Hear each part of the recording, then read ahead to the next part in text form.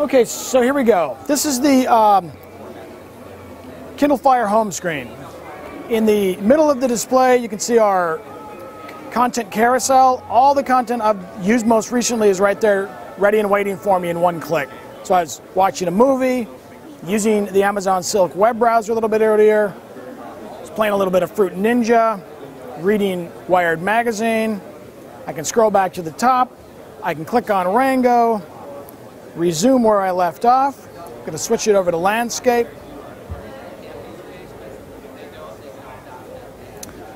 The high-speed dual-core processor, the high-quality 7-inch IPS display with 169 pixels per square inch, the form factor all combined to make the device disappear when you're doing things like watching video. At any point I can pause it, I can go home, pick it up where I left off on my HD TV, my Roku, or my TiVo. I'm going to go home, I'm going to leave it here in landscape, and up at the top of the display you see that it says my name, Peter's Kindle. That means that all the content I currently own, my books, my movies, my video, my music, is all going to be ready and waiting for me the first time I open up my Kindle Fire. So if I go into the music library, for example, I've got hundreds of albums available. I'm going to switch this back to portrait for a moment.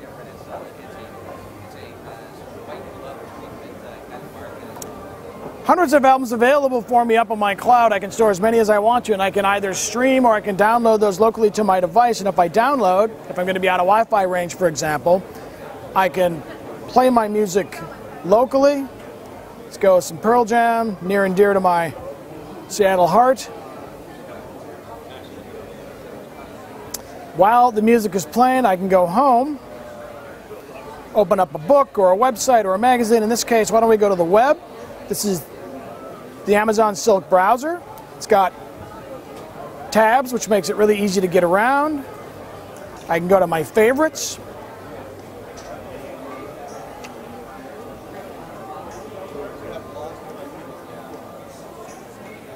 I can go to my favorites.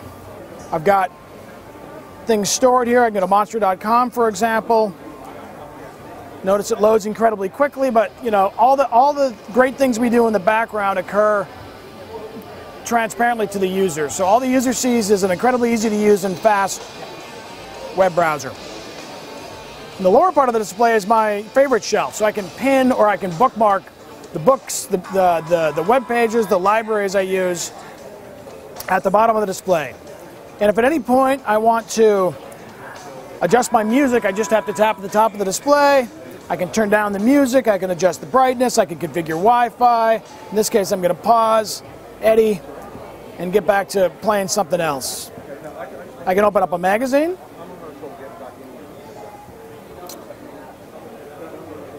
In this case, it's Wired by Condé Nast. And you see that the richness of the color, the great design, the interactivity in the video really pop on the Kindle Fire. So what is that gesture to swipe up, or does it? It'll swipe up. I can show you in a second here. Let's go to my apps library. This is my cloud apps library, so I can store as many apps as I want to up in the cloud. I can go back to my on-device library. I'm just going to give it a quick wipe because I think I am spitting as I talk, sadly. Click on Fruit Ninja, which is what Jeff showed up on stage. It's easy to get into. Start the game. This is another example where the great display, the dual-core processor, the form factor all really work together to make the device disappear and make this thing really sing for games. At any point, if I want to, I can just swipe up from the bottom of the display. I can search, I can go back, I can go home. I can show you that again. I just swipe up like that. The keyboard, the search? And I can go home. You get all this for $199. We're building premium products for non-premium prices. What are the graphic capabilities like? Do you have a dedicated graphic chip in there? If you guys have a bunch of product questions, Steve and Gabriel